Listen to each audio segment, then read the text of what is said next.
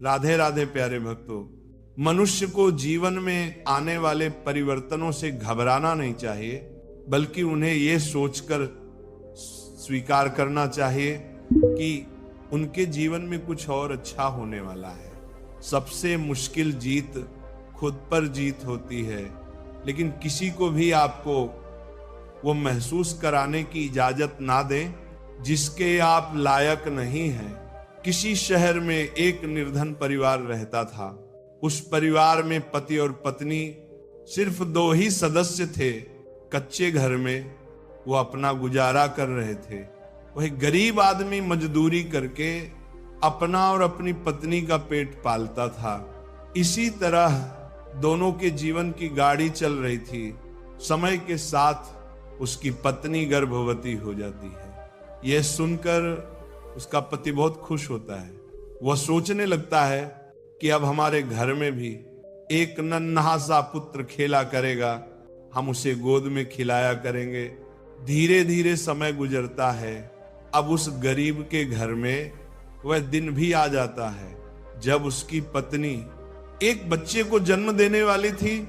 उसे उसका पति एक अस्पताल में भर्ती कराता है। प्रसव का समय जब निकट आता है तो इधर वह गरीब आदमी अपने होने वाले बच्चे को लेकर मन में सपने संजोता है। तब तक उसके पास यमराज का बुलावा आ जाता है। उसकी एक दुर्घटना में मृत्यु हो जाती है। शहर के कुछ लोग इधर उस आदमी का अंतिम संस्कार करते हैं, तो दूसरी तरफ उसकी स्त्री अस्पताल में अपने बच्चे को जन्म दे रही होती है। जब उस बेचारी को यह खबर मिलती है कि उसके पति की मृत्यु हो गई है, तो उसका कलेजा फट जाता है।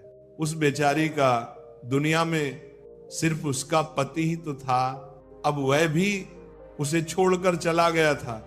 अब तो वह सिसक सिसक कर रो पड़ती है कि हे भगवान, ये तूने मेरे ऊपर दुखों का कैसा पहाड़ गिरा दिया।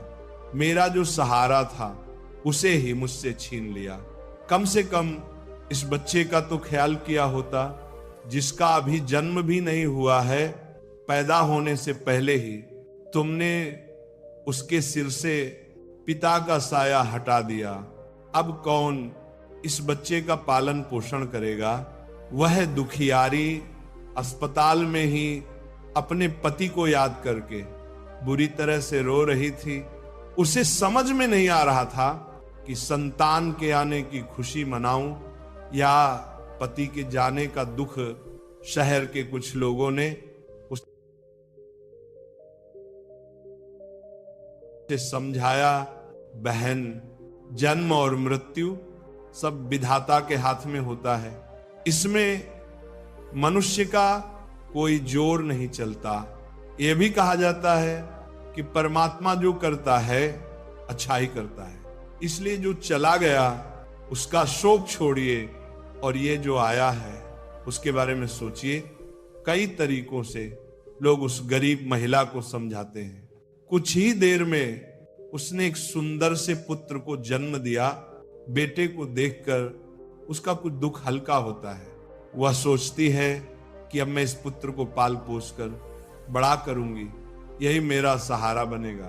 अब वह अपने बच्चे को लेकर अपने घर आ जाती है।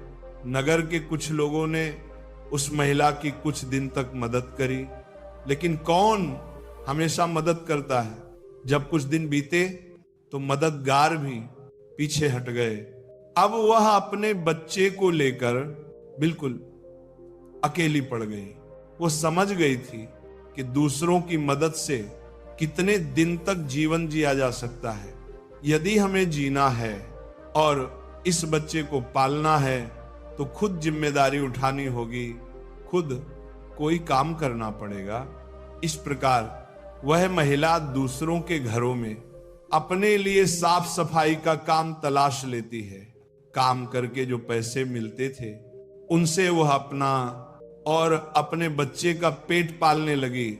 समय के साथ धीरे धीरे उसका पुत्र बड़ा होने लगता है। जब वह बालक 4 वर्ष का हो जाता है तो उसकी मां उसे पढ़ाने के लिए नगर के सरकारी विद्यालय में उसका दाखिला करा देती। उसने सोचा कि मैं अपने बच्चे को पढ़ा लिखा कर इस काबिल बना दूंगी कि उसे कभी किसी के आगे हाथ ना फैलाना पड़े। दोस्त, मेहनती मनुष्य के लिए कोई लक्ष्य दूर नहीं होता। पढ़े लिखे विद्वान के लिए कोई जगह विदेश नहीं होती और मीठा बोलने वाले के लिए कोई पराया नहीं होता। अब इस प्रकार वह महिला मेहनत मजदूरी करके अपने बच्चे को पढ़ाने लगती है। बच्चा भी ठीक से समझता था कि उसके घर में केवल माँ ही है, परिवार का खर्च चलाने वाला। उसका पिता उसके जन्म से पहले ही चला गया है, इसीलिए वह पढ़ाई भी खूब मन लगाकर करता था। धीरे धीरे बच्चे की उम्र 11 वर्ष की हो जाती है। एक दिन की बात है, वह स्त्री बहुत बीमार पड़ जाती है। उसने सोचा कोई छोटी मोटी बीमारी होगी, इसलिए उसने उस पर ज्यादा ध्यान नहीं दिया। लेकिन उसकी हालत दिन पर दिन खराब होती चली गई। बीमार होने की वजह से वह काम पर भी नहीं जा पाती थी। घर में इतने पैसे भी नहीं थे कि वह कहीं अपना ठीक से इलाज करा लेती। माँ को अत्यंत बीमार देखकर बेटे को बहुत चिंता होती है। वह बालक कहता है, माँ तुम चिंता मत करो, मैं तुम्हारे लिए अभी डॉक्टर के पास से दवाई लेकर आता हूं, तुम उसे खा लेना, फिर तुम जल्दी ही ठीक हो जाओगी। अपने बेटे की बात सुनकर माँ की आंखें भर आती हैं। वह कहने लगी, बेटा अब तुम्हें कहीं जाने की जरूरत नहीं है, मेरा भी अब समय आ गया है। मैं तुम्हारे पिता के पास जाना चाहती हूँ, लेकिन जाने से पहले तो मेरी एक बात हमेशा याद रखना। जब तेरा जन्म नहीं हुआ था तब तेरे पिता ने और मैंने एक सपना देखा था कि हम अपने बच्चे को पढ़ा लिखा कर इतना काबिल बना देंगे कि उसे हमारी तरह गरीबी भरी जिंदगी ना जीनी पड़े। लेकिन बेटा, मैं उस सपने को पूरा नहीं कर पाई। बेटा, मैं यदि चली भी जाऊं तो तुम अपने पिता के सपने को जरूर साकार करना। तुम ऐसा कोई काम मत करना जिससे तुम्हारे पिता का नाम खराब हो। तुम इस प्रकार से अपना जीवन जीना कि तुम्हारा नाम दूर दूर तक लोग जान जाएं। बेटा, कभी पैसे के पीछे मत भागना। पैसे के लिए तो लोग इतने नीचे गिर जाते हैं कि अपने माता पिता की इज्जत का भी ख्याल नहीं करते। तुम हमेशा अपना नाम कमाना बेटा, हमेशा स्वाभिमानी बनकर जीना। कभी किसी के आगे अपने हाथ मत फैलाना, किसी से याचना मत करना। याचना ना करना ही श्रेष्ठता का मूल है, पराधीनता ही नरक है। मनुष्य को सदा ही विद्या, धन, बल, कीर्ति और पुण्य कमाना चाहिए। लड़के ने कहा, माँ तुम घबराओ नहीं, मैं तुम्हारे लिए अभी दवाई लेकर आता हूं। और इतना कहकर लड़का माँ से रुपए लेकर दवा लेने चला जाता है। बेटे के जाते ही इधर उस गरीब स्त्री के प्राण निकल जाते हैं। दोस्त, जब नगर वालों को पता चलता है तो सब लोग इकट्ठे होकर उस स्त्री का उसके बेटे के हाथों अंतिम संस्कार कराते हैं।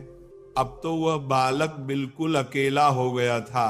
किस्मत भी क्या खेल दिखाती है, जब जरूरत होती है अपनों की तब अकेलेपन की रात में जगाती है। बिना माता पिता के बेटे की उम्र भी ज्यादा नहीं थी।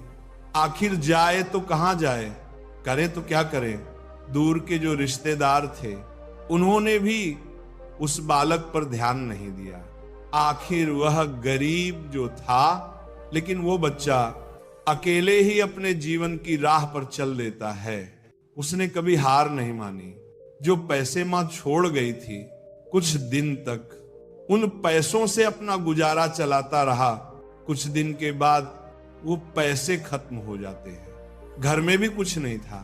अब तो एक ही चारा था कि कुछ काम धंधा किया जाए, तभी भोजन की व्यवस्था होगी, तभी स्कूल की फीस भरी जाएगी। लड़के को अपनी माँ की बात अच्छी तरह याद थी।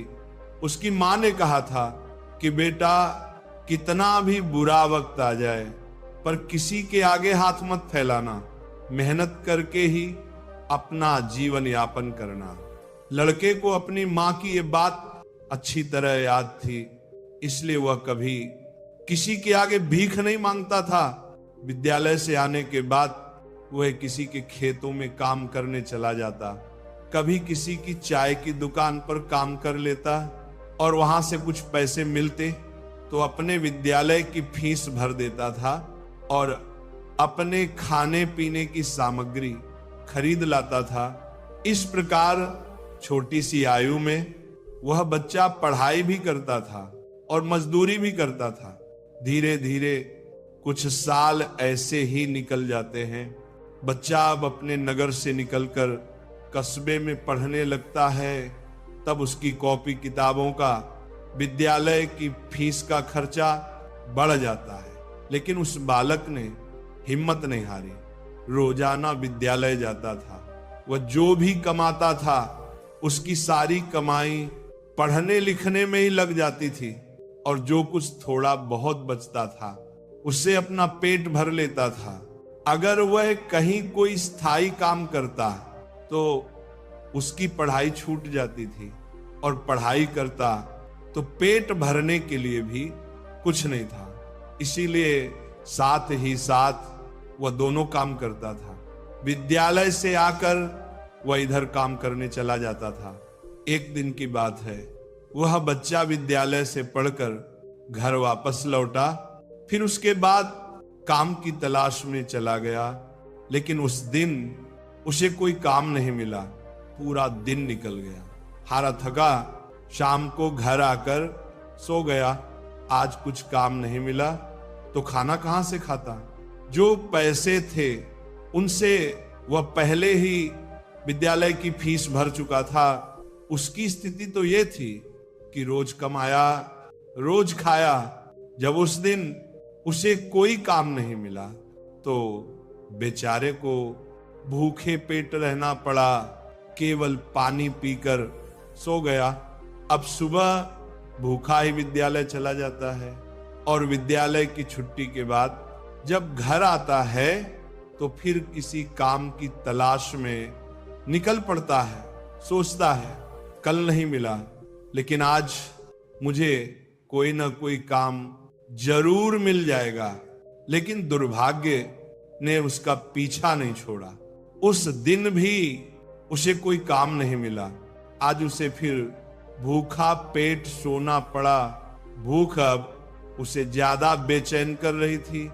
तो एक बार को उसके दिमाग में आता है कि भूखे पेट तो पड़ा भी नहीं जाता, अब तो मैं किसी से कुछ मांग कर खा लेता हूं। पर मां ने मरते वक्त उससे कहा था कि बेटा, कभी भीख मांग कर मत खाना, हमेशा कमा कर खाना। लड़का भी बड़ा स्वाभिमानी था। किसी से मांगने की उसकी हिम्मत नहीं हुई। सोचता था चाहे कुछ भी हो जाए पर भीख मांग करके नहीं खाऊंगा। अगर मैंने भीख मांगना शुरू कर दिया तो लोग मुझे भिखारी कहने लगेंगे। भगवान ने पेट दिया है तो कहीं ना कहीं से इसके लिए भोजन भी देगा। अब लड़का उस दिन भी भूखा रहता है। सुबह जब सोकर उठता है तो भूख के मारे चक्कर आने लगते हैं। अभी उसकी उम्र ही कितनी थी। भूख की मार वो कैसे सह सकता था। कुछ बड़ा होता तो 2-4 दिन काट भी लेता। अब आज वो विद्यालय भी नहीं गया। सोचा आज मैं सुबह से ही काम पर जाता हूं, काम मिल जाएगा तो भोजन कर लूंगा, फिर अगले दिन के लिए तैयार हो जाऊंगा। अब तो काम की तलाश में वो इधर उधर भटकता है। उसकी आंखों के सामने अंधेरा छा रहा था। अब तो उससे चला भी नहीं जा रहा था। फिर एक पेड़ के नीचे बैठकर सोचने लगता है कि अगर इस समय मुझे भोजन नहीं मिला तो मेरे प्राण निकल जाएंगे। मुझे कुछ ना कुछ तो करना ही पड़ेगा।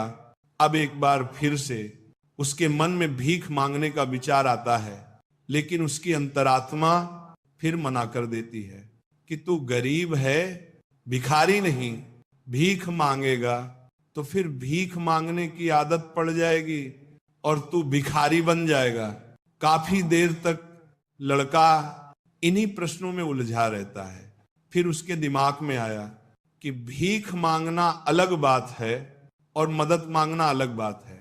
मैं किसी से भीख नहीं मांगूंगा, पर मदद तो मांग सकता हूं। भीख मांगना तो वह है जो मांग कर फिर लौटाया नहीं जाता, पर मदद मांगना वह है जो आप कभी भी लौटा सकते हो। लड़के ने सोचा कि मैं आज किसी से मदद मांग लेता हूं, जब मुझे काम मिल जाएगा तो मैं लौटा दूंगा। अब लड़का वहां से चलता है तो उसे नगर के बाहर एक बड़ा सा घर दिखाई देता है।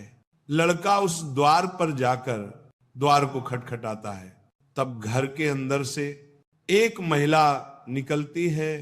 महिला ने द्वार पर देखा कि एक 10 वर्ष का बड़ा ही उदास सा मासूम सा लड़का खड़ा है। पहले तो वह महिला उस लड़के से पूछती है कि बेटा, तुमने दरवाजा क्यों बजाया, क्या कुछ काम है? लड़का दोनों हाथ जोड़कर कहता है, माँ जी, मैंने दोपहर के समय आपको तकलीफ दी, इसके लिए क्षमा चाहता हूं। तब वह महिला पूछती है, क्या तुम्हें कुछ चाहिए? मैं तुम्हारी क्या मदद कर सकती हूँ? वह महिला भी एक बच्चे की माँ थी, इसलिए ममता का भाव उसके शब्दों में था। उस महिला के पूछने पर एक बार तो लड़के के मन में ये आया कि चलो इन मांझी से मैं कह ही देता हूं कि मैं 2-3 दिन से भूखा हूं और भोजन ना मिलने के कारण बहुत परेशान हूं। लेकिन उसके स्वाभिमान ने उसे रोक लिया और वह भोजन की जगह पानी मांग बैठा। कहने लगा, मांझी, मुझे बहुत जोर की प्यास लगी थी, इसीलिए दरवाजा खटखटाया था, क्या एक गिलास पानी मिल सकता है? लेकिन वह महिला बहुत समझदार थी। उसने जब लड़के को देखा तो वह समझ गई कि बालक बहुत भूखा है। वो कहती है, बेटा, तुम थोड़ी देर रुको, मैं तुम्हारे लिए पानी लेकर आती हूं। वो महिला घर के अंदर जाती है और अपनी रसोई से एक गिलास दूध और कुछ लड्डू लेकर द्वार पर आती है और दूध से भरा गिलास उस लड़के को दे देती है। लड़के ने जब गिलास पकड़ा तो उसमें दूध था। दूध को देखकर लड़का खुश हो जाता है। लड़का मन ही मन उस मां को दुआएं देने लगता है। महिला ने उसे पहले लड्डू खाने को दिए और कहा, बेटा, दूध गर्म है, तुम पहले लड्डू खा लो, जब दूध ठंडा हो जाए तब पी लेना। लड़का जब उस महिला को देखता है तो उसे ऐसा लगता है जैसे उसकी ही मां उसे ये दूध पीने को दे रही है। मन ही मन सोचता है, कितनी अच्छी मां है, मैंने एक गिलास पानी मांगा था और ये दूध ले आई।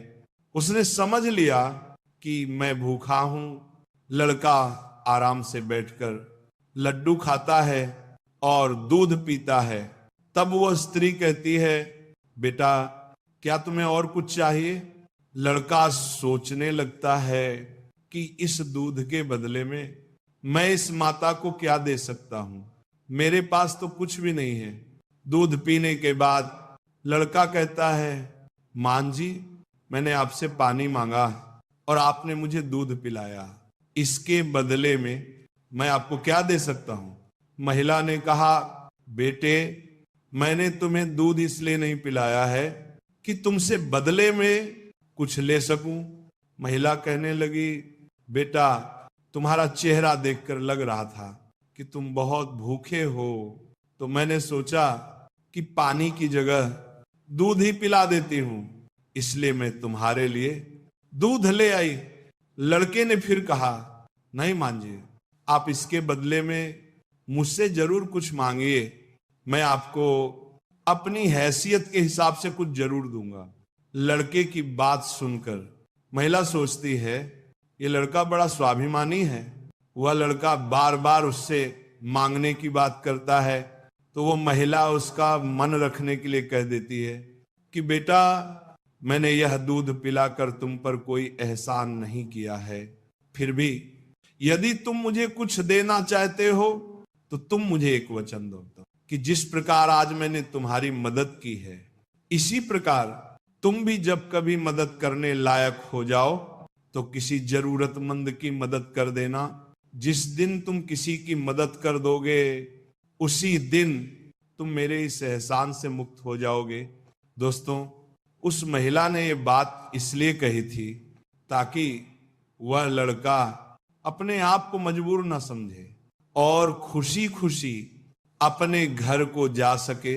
वह लड़का उस बात को अपने दिमाग में बैठा लेता है, वह उस महिला के पैर छूकर काम की तलाश में आगे को चला जाता है। और इस प्रकार धीरे धीरे कई दिन बीत जाते हैं। जिस विद्यालय में वो पढ़ता था उसी विद्यालय में उस स्त्री का बेटा भी पढ़ता था जिसने उसे दूध पिलाया था। एक दिन वह महिला अपने बच्चे को विद्यालय छोड़ने जाती है तो उसने देखा कि विद्यालय में वह लड़का भी पढ़ रहा था। वह स्त्री उस लड़के को पहचान लेती है। उसने विद्यालय के मास्टर जी से जाकर पूछा कि वह बालक कौन है। तो मास्टर जी ने उसे बताया कि उस बालक का नाम संकेत है और वह बिना माता पिता का बेटा है। छोटी सी आयु में ही उसके दोनों माता पिता गुजर गए थे। ये जानकर उस महिला को बड़ा दुख होता है। वह सोचती है जब इसके माँ बाप नहीं है तो फिर इसकी पढ़ाई का खर्च कौन उठाता है। तब विद्यालय के बड़े मास्टर बताते हैं, बहन जी, संकेत बहुत ही अच्छा बच्चा है, वो अपनी पढ़ाई का खर्च स्वयं उठाता है और पढ़ने में भी बड़ा तेज है। वह मेहनत मजदूरी करता है और तब जाकर विद्यालय की फीस भरता है। जब कभी वो विद्यालय नहीं आता और अपनी फीस भी समय पर नहीं दे पाता तो हम लोग उस पर ज्यादा दबाव नहीं बनाते। जब उस स्त्री को संकेत की स्थिति का पता चलता है तो वह करुणा से भर जाती है। उसका मन करता है कि मैं उस बालक की कुछ मदद करूं जिसका कोई नहीं होता। ऐसे ही लोगों की मदद तो करनी चाहिए। तभी भगवान प्रसन्न होते हैं। जिसका कोई नहीं है वह भगवान का है। और जरूरतमंद की मदद करने का अर्थ है कि आपने भगवान को प्रसन्न कर दिया। महिला ने सोचा ये लड़का मुझसे पैसे तो लेगा नहीं क्योंकि ये बड़ा स्वाभिमानी बालक है।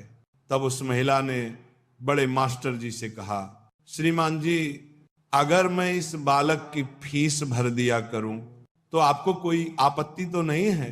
मास्टर ने कहा, बहन जी, आपकी सोच अच्छी है, आप उसकी फीस भरे तो मुझे कोई आपत्ति नहीं होगी, लेकिन संकेत इस बात के लिए तैयार नहीं होगा। तब वह महिला कहती है, मास्टर जी, मैं उस बच्चे की मदद करना चाहती हूं, आप किसी तरह से संकेत को समझा देना, उससे कह देना कि आपकी स्थिति को देखते हुए सरकार ने आपकी फीस माफ कर दी है, तुम्हें फीस भरने की कोई जरूरत नहीं है। दोस्तों, मास्टर जी भी इस बात से सहमत हो जाते हैं। वह महिला संकेत की पूरे वर्ष की फीस भर के अपने घर चली जाती है। इस तरह वह हर वर्ष उसके पूरे साल की फीस जमा कर दिया करती थी ताकि संकेत सिर्फ मन लगाकर पढ़ सके। अब तो संकेत पूरा मन लगाकर पढ़ता था और अपने खाने पीने के लिए किसी दुकान पर काम कर लेता था। दोस्तों, डूबते को तिनके का सहारा ही बहुत होता है। उस महिला के थोड़े से प्रयास से संकेत की अच्छी खासी मदद हो गई। वह अब खूब मन लगाकर पढ़ता था। इसी तरह कुछ वर्ष और बीत गए।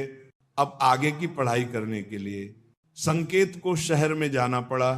उसने सोचा शहर में रहकर मैं कोई छोटी मोटी नौकरी कर लूंगा और अपनी पढ़ाई भी करता रहूंगा। इस बात का पता उस महिला को तब चलता है जब वह उसकी फीस भरने के लिए विद्यालय में जाती है, वह महिला जब संकेत की फीस जमा करती है तो मास्टर जी बताते हैं, बहन जी संकेत तो आगे की पढ़ाई करने शहर चला गया है, अब तुम्हें उसकी फीस जमा करने की कोई जरूरत नहीं है।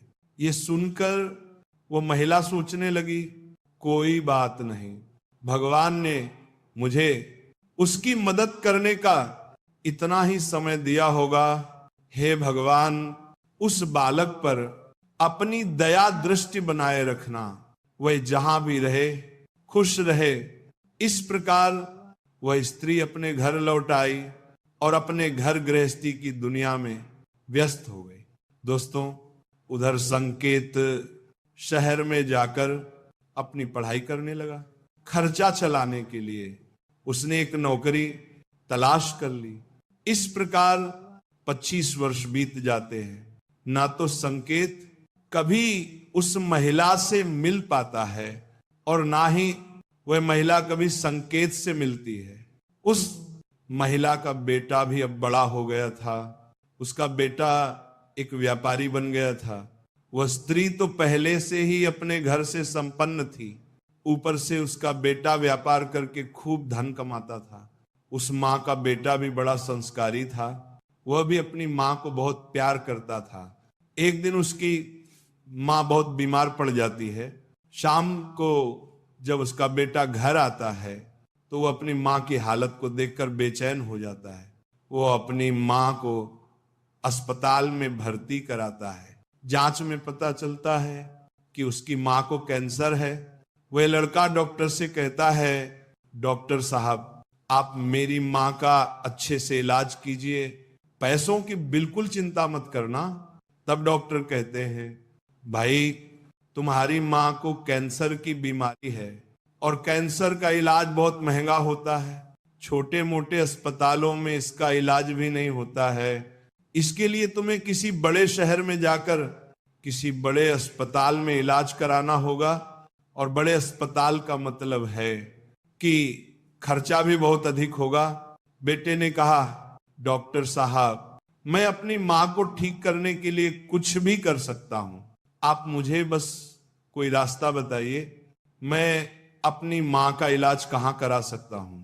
तब डॉक्टर उसे बड़े शहर जाने की सलाह देते हैं। डॉक्टर बोले, बड़े शहर में कैंसर का हॉस्पिटल है, यदि वहां का इलाज तुमने पूरा करा लिया तो तुम्हारी माँ इस रोग से बच सकती है, नहीं तो तुम्हारी माँ के प्राण संकट में पड़ सकते हैं।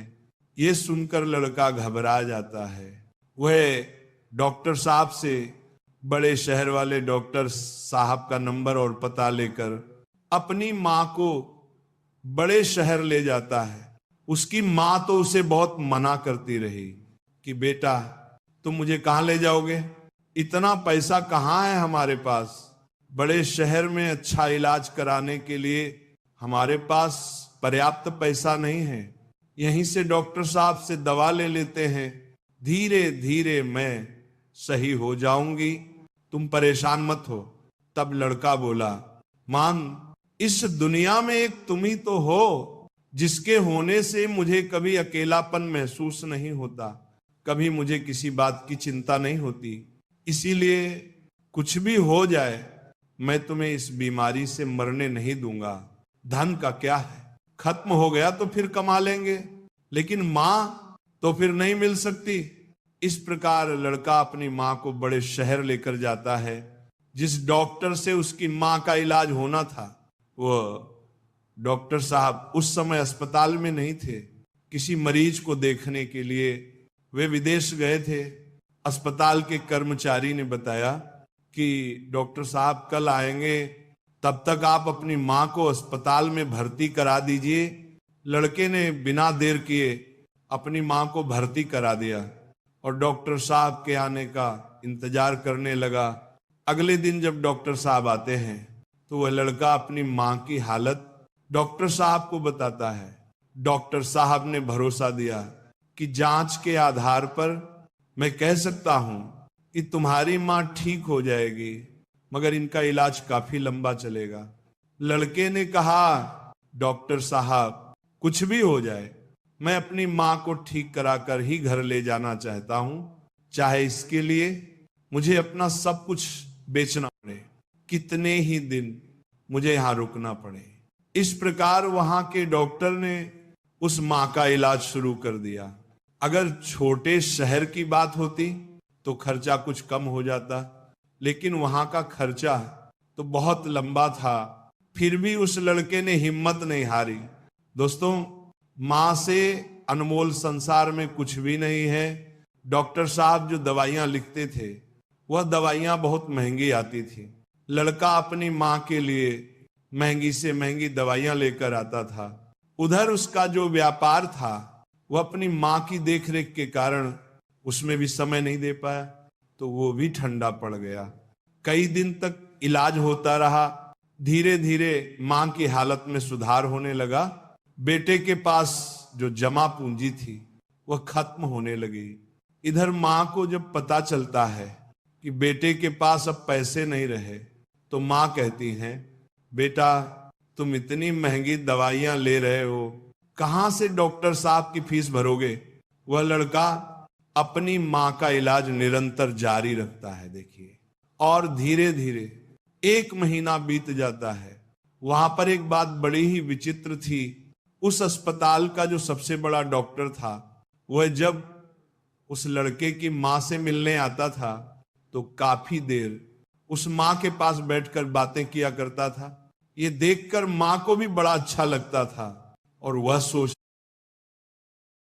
थी कि अजीब डॉक्टर है, इतना बड़ा डॉक्टर होकर भी जिसके पास बिल्कुल भी फुर्सत नहीं है, वह मुझसे बात करने के लिए इतना समय कैसे निकाल लेता है। दोस्तों, इस प्रकार कई दिन बीत जाते हैं। एक दिन वह लड़का डॉक्टर के पास जाता है और डॉक्टर साहब से पूछता है, डॉक्टर साहब अभी मेरी मां का इलाज कितने दिन और चलेगा।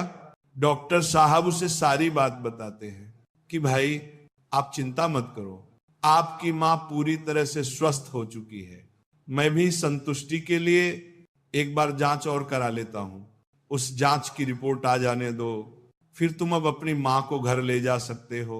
अब तो उस मां का बेटा रिपोर्ट आने का इंतजार करने लगता है। 2 दिन के बाद रिपोर्ट आ जाती है। जब रिपोर्ट आती है तो लड़का फिर डॉक्टर से मिलने जाता है और पूछता है, डॉक्टर साहब क्या मेरी मां ठीक हो गई, कोई खतरे वाली बात तो नहीं है। तब डॉक्टर साहब कहते हैं, भाई चिंता मत करो, रिपोर्ट अच्छी आई है, तुम्हारी मां पूरी तरह से ठीक हो गई है, अब आप इन्हें अपने घर ले जा सकते हो। डॉक्टर की बात सुनकर बेटा खुश हो जाता है और डॉक्टर साहब को बहुत धन्यवाद देता है। लड़का अपनी मां के पास जाता है और सोचता है कि भगवान का लाख लाख धन्यवाद कि मेरी मां बच गई, मेरी मेहनत सफल हो गई। यही बात वह अपनी मां को बताने के लिए जाता है और मां से कहता है कि मां तुम पूरी तरह से ठीक हो गई हो, अब हम जल्द ही अपने घर जाने वाले हैं। ये बात सुनकर मां भी बड़ी खुश हो जाती है, लेकिन अगले ही पल वह ये सोचकर उदास हो जाती है कि मैं तो ठीक हो गई हूं, लेकिन इस अस्पताल का जो बिल होगा वह लाखों में होगा, कैसे मेरा बेटा चुका पाएगा। इतनी मोटी रकम की व्यवस्था वो कहां से करेगा। उसके पास जो जमा पूंजी थी वह तो सब इलाज में खर्च हो गई। मां को उदास देखकर बेटा समझाता है, मां तुम क्यों उदास होती हो, मैं अपना सब कुछ बेचकर आपके इलाज का बिल चुका दूंगा, घर मकान तो बाद में भी बना लूंगा, इसलिए मां तुम्हें इन बातों की चिंता करने की कोई जरूरत नहीं है। बेटा अपनी मां को बहुत समझाता है, मगर मां तो मां होती है, उसका अपने बेटे के लिए चिंता करना स्वाभाविक था। मां सोचने लगती है कि मेरा बेटा यदि सब कुछ बेच देगा तो फिर वो आगे अपना जीवन कैसे चलाएगा, इसके भविष्य का क्या होगा। वह मां रात भर यही सोचती रही। चिंता करते करते माँ और बेटा दोनों की रात निकल गई। जब अगला दिन होता है और उसकी माँ की छुट्टी का समय होता है तो अस्पताल का एक कर्मचारी एक लिफाफा लेकर माँ बेटे के पास आता है और उस महिला के बेटे से कहता है कि डॉक्टर साहब ने आपके लिए ये बिल का लिफाफा भेजा है, आप इस बिल को ठीक से देख लो और इस बिल को चुकाकर तुम अपनी माँ को अपने घर ले जाओ। बिल का लिफाफा देकर वो अस्पताल का कर्मचारी तो चला गया। अब वह लड़का उस बिल के लिफाफे को खोलते हुए सोचता है कि पता नहीं कितना बिल होगा। बेटे को चिंता में देखकर माँ भी परेशान हो जाती है। माँ एकदम से बेटे के हाथ से वह बिल का कागज छीन लेती है। माँ उस बिल को खोलकर देखती है। उधर अस्पताल के जो सबसे बड़े डॉक्टर थे वह भी उसी समय वहीं पर पहुंच जाते हैं। इधर माँ ने जब उस लिफाफे को खोलकर देखा तो उसमें एक छोटी सी पर्ची रखी हुई थी। उस पर्ची पर लिखा हुआ था, मांझी आपने अपने बिल का भुगतान तो 25 साल पहले ही कर दिया था, जब आपने 2 दिन के भूखे बच्चे को 1 गिलास दूध और लड्डू खिलाए थे और अगले 5 साल तक उस बच्चे की विद्यालय की फीस भी भरी थी। पर्ची को पढ़ते ही महिला की आंखें फटी की फटी रह जाती है। जब उस माँ का बेटा पूछता है, माँ डॉक्टर साहब ने कितना बिल दिया है, तो माँ उस पर्ची को अपने बेटे को देती है। बेटा जब उसे पढ़ता है तो वह भी हैरान रह जाता है। लड़का अपनी माँ से पूछता है, माँ क्या तुम डॉक्टर साहब को पहले से जानती हो? डॉक्टर साहब से तुम्हारी जान पहचान कब हुई थी? तब माँ कहती है, बेटा मैं इन्हें पहले से नहीं जानती हूं, अभी पता चला है। बेटे ने पूछा, फिर इसमें 25 साल पहले की घटना क्यों लिखी है? तब माँ कहती है, बेटा 25 साल पहले जब तुम बहुत छोटे थे तब तुम्हारी उम्र का एक छोटा सा लड़का भरी दोपहरी में हमारे घर के द्वार पर आया था। वह भूखा प्यासा था। उसने मुझसे 1 गिलास पानी मांगा था। मैंने बच्चे को देखा तो मैं समझ गई कि वह भूखा है, इसीलिए दूध और लड्डू लाकर मैंने उसे खाने को दे दिए। वह कई दिनों से भूखा था। उसने दूध तो पी लिया, पर वह मुझसे कहने लगा कि मां तुम्हारा ये क्षण मैं कैसे चुका पाऊंगा? तो मैंने उसका मन समझाने के लिए कह दिया था कि जब तुम बड़े हो जाओ, मदद करने लायक हो जाओ, तो तुम भी किसी जरूरतमंद की मदद कर देना। मुझे क्या पता था कि वही लड़का जिसे मैंने 1 गिलास दूध पिलाया था वह 25 साल बाद इतना बड़ा डॉक्टर बनकर मेरी मदद करेगा। लोग तो आज लेकर कल को भूल जाते हैं, लेकिन उस बच्चे ने मेरा वह क्षण याद रखा है। मैं इस बात को सोचकर बड़ी हैरान हूं कि डॉक्टर साहब ही वह बच्चा है। इधर माँ बेटे आपस में बातचीत कर रहे थे, उधर वे डॉक्टर साहब उनकी पीछे खड़े होकर उनकी बातें सुन रहे थे। उनकी आंखों में आंसू थे और बचपन का वह समय उन्हें याद आ गया जब वह भूखे प्यासे उस माँ के द्वार पर पहुंचे थे। डॉक्टर साहब आगे बढ़कर उस माँ को प्रणाम करते हैं और माता जी के पास बैठ जाते हैं। कहते हैं, माँ आपके कहे हुए शब्द आज भी मेरे कानों में गूंजते हैं। मैंने तुम्हारे उन्हीं शब्दों को अपना संस्कार बनाया। मैंने अपनी जिंदगी में बहुत दुख देखा है, लेकिन कभी हिम्मत नहीं हारी। मैं तुम्हारा बहुत बड़ा कर्जदार हूं। यदि तुम मेरे विद्यालय की फीस नहीं भरती तो आज मैं इतना बड़ा डॉक्टर नहीं बना बैठा होता। माँ, ये तुम्हारी ही देन है। मैंने तो तुम्हें उसी दिन अपनी माँ मान लिया था जिस दिन तुमने ममता भरी छांव में बैठाकर मुझ भूखे को दूध पिलाया था। इतना कहने के बाद डॉक्टर साहब वो सारे पैसे लौटा देते हैं जो माँ की दवाई में खर्च हुए थे, और बूढ़ी माँ के चरणों में अपना सर रख देते हैं।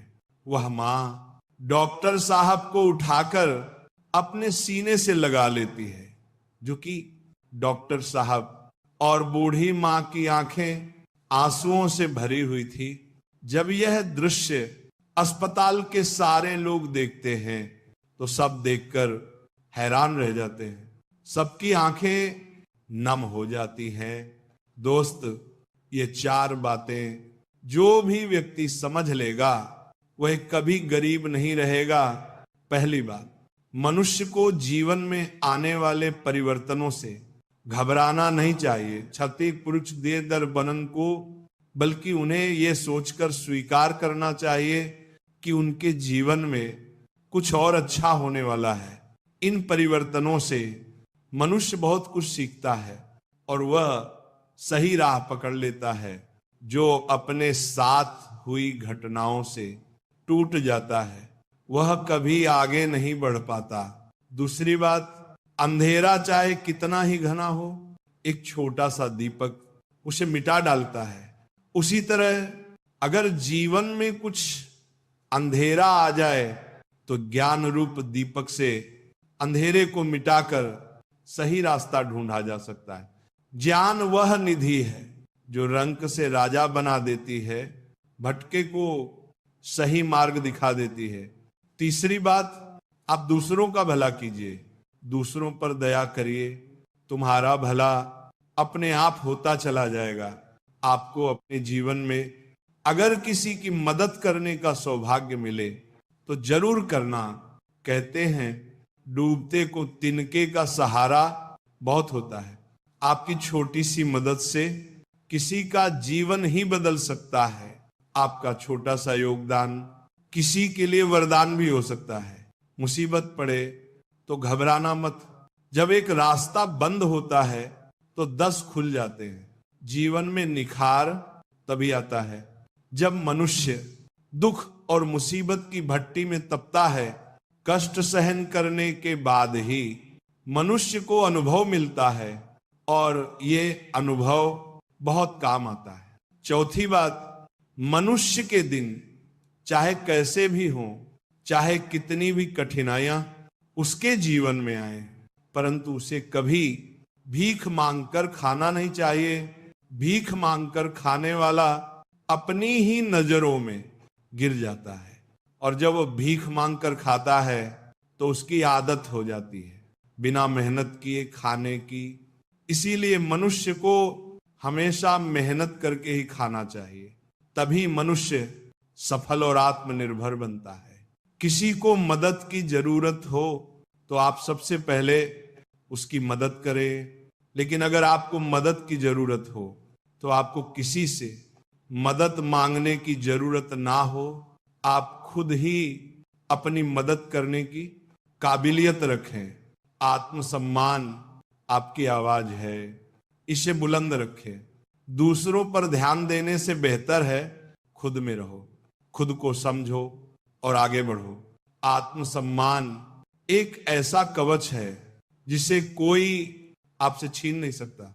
जो कोई खुद से प्यार नहीं कर सकता वह किसी और से भी प्यार करने के लायक नहीं है। उसकी इज्जत कभी मत करो।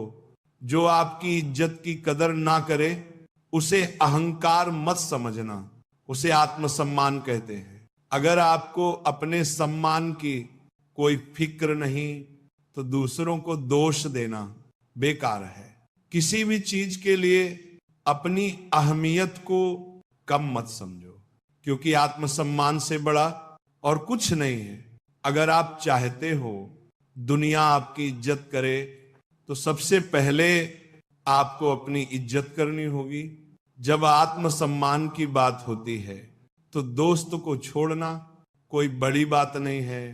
अगर कोई आपका अपमान करे तो उसका भी शुक्रिया अदा करें, क्योंकि वह इंसान आपको आपकी जिंदगी की सच्चाई बता रहा है। ज्यादातर लोग उन चीजों की कदर नहीं करते जो उन्हें आसानी से मिली हो, लेकिन खो देने के बाद पछताते हैं। आत्मसम्मान हो तो ऐसा हो कि अगर सम्मान उन लोगों का करना चाहिए जो सब लोगों का सम्मान करना जानते हो, ना कि हर वक्त बस सबका अपमान करना पसंद करते हो। अपने आत्मसम्मान के लिए दूसरों के आत्मसम्मान को कम मत समझना। अपनी काबिलियत को इतना तराशो कि अपमान की कोई गुंजाइश ही ना रहे। दूसरों के लिए कभी अपने उसूलों के साथ समझौता ना करें। अपने आत्मसम्मान की सुरक्षा खुद करें। किसी को भी इतनी इजाजत ना दे कि वह आपका अपमान करे, वह भी सिर्फ इस वजह से कि आप उनसे प्यार करते हैं। जब आपको लगे कि दूसरों को समझना मुश्किल है, तब आप खुद को समझना शुरू करेंगे। दूसरों की भावनाओं का अपमान करते वक्त इतना याद रखें कि जो चीज आपके लिए कुछ नहीं, वह दूसरों के लिए बहुत कुछ हो सकती है। कमी अगर अपने आप में हो तो दूसरों को दोष देकर कोई फायदा नहीं। बस एक बार खुद को समझना शुरू कर दो, किस्मत आपको संवारना शुरू कर देगी। भरोसा करो कि जो काम तुम कर रहे हो वो सबसे अच्छा कर रहे हो। भरोसा करो आपका काम कमाल ही होगा। ख्वाहिश नहीं है कि हर कोई तारीफ करे, लेकिन कोशिश यही है कि कोई अपमान ना करें। उम्र में हम तभी बड़े हो जाते हैं जब इज्जत हमें प्यार से ज्यादा प्यारी लगने लगती है। इज्जत और तारीफ मांगने से नहीं, कमाने से मिलती है। अमीर हो या गरीब, आत्मसम्मान पाने का हक सभी का होता है। हर किसी के सामने झुकना सही नहीं होता, और जो नजरअंदाज करे उसके पास रुकना भी सही नहीं होता। रिश्ते वही होते हैं जहां समझ होती है, समझौते नहीं। जिंदगी में कुछ ऐसा जरूर कर लेना चाहिए कि अगर किसी को मदद की जरूरत हो तो उसको आप ही याद आओ। अपने काम खुद करना सीख लो, अपनी जिम्मेदारियों को पहचानना सीख लो, क्योंकि दुनिया भी उसी का सम्मान करना पसंद करती है जो दूसरों के दम पर नहीं, अपने दम पर चलना जानते हैं। अगर सम्मान पाने की ख्वाहिश है तो पहले सम्मान कमाना सीखो। लोगों को उतना ही बोलो जितना सुनने की हिम्मत रखो। सिर्फ बोलने की हिम्मत नहीं होनी चाहिए, सुनने की भी हिम्मत होनी चाहिए। उनका सम्मान हमेशा करो जो अपना काम छोड़कर आपको वक्त देते हैं। खुद को इतना बेहतर बनाओ कि जो लोग आपका अपमान करते थे वह लोग आपका सम्मान करने के लिए मजबूर हो जाए। आत्मसम्मान की ख्वाहिश रखना अच्छी बात है, लेकिन इसको कमाना उतना ही जरूरी है। दुनिया को जानने से बेहतर है खुद को जानना। जब आप खुद को जानना शुरू कर दोगे, दुनिया आपको मानना शुरू कर देगी। हम भी दरिया हैं, हमें अपना हुनर मालूम है। जिस तरफ भी चल पड़ेंगे रास्ता हो जाएगा।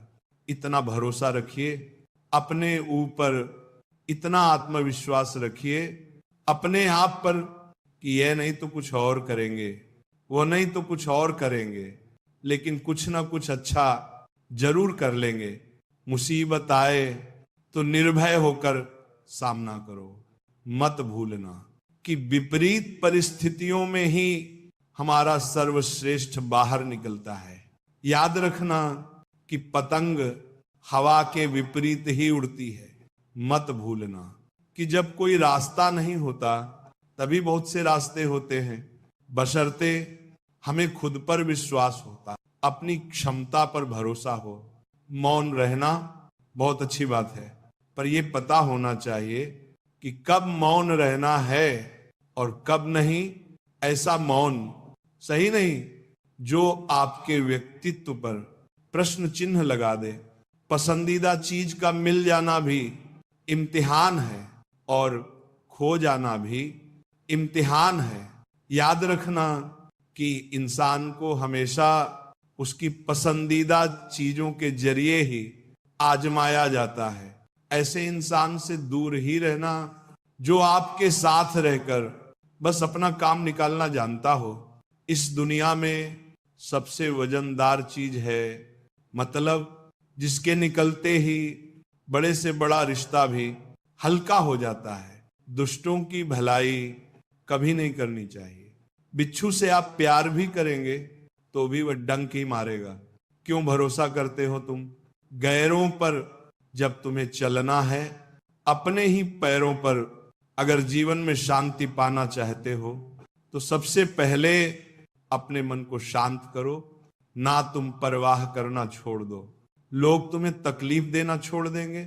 जो लोग दिल के सच्चे होते हैं, जिंदगी उनका इम्तिहान सबसे ज्यादा लेती है। यहां जिंदगी का कोई भरोसा ही नहीं और तुम लोगों से उम्मीद लगा कर बैठे हो। लोग जब पूछते हैं कि आप कौन सा काम करते हैं तो असल में वह हिसाब लगाते हैं कि आपको इज्जत कितनी देनी है। रास्ते कैसे भी हो, बस आपको पता होना चाहिए कि जाना कहां है। इंसान को मरने से डर नहीं लगता, बल्कि मर मर के जीने से डर लगता है। संघर्ष थका जरूर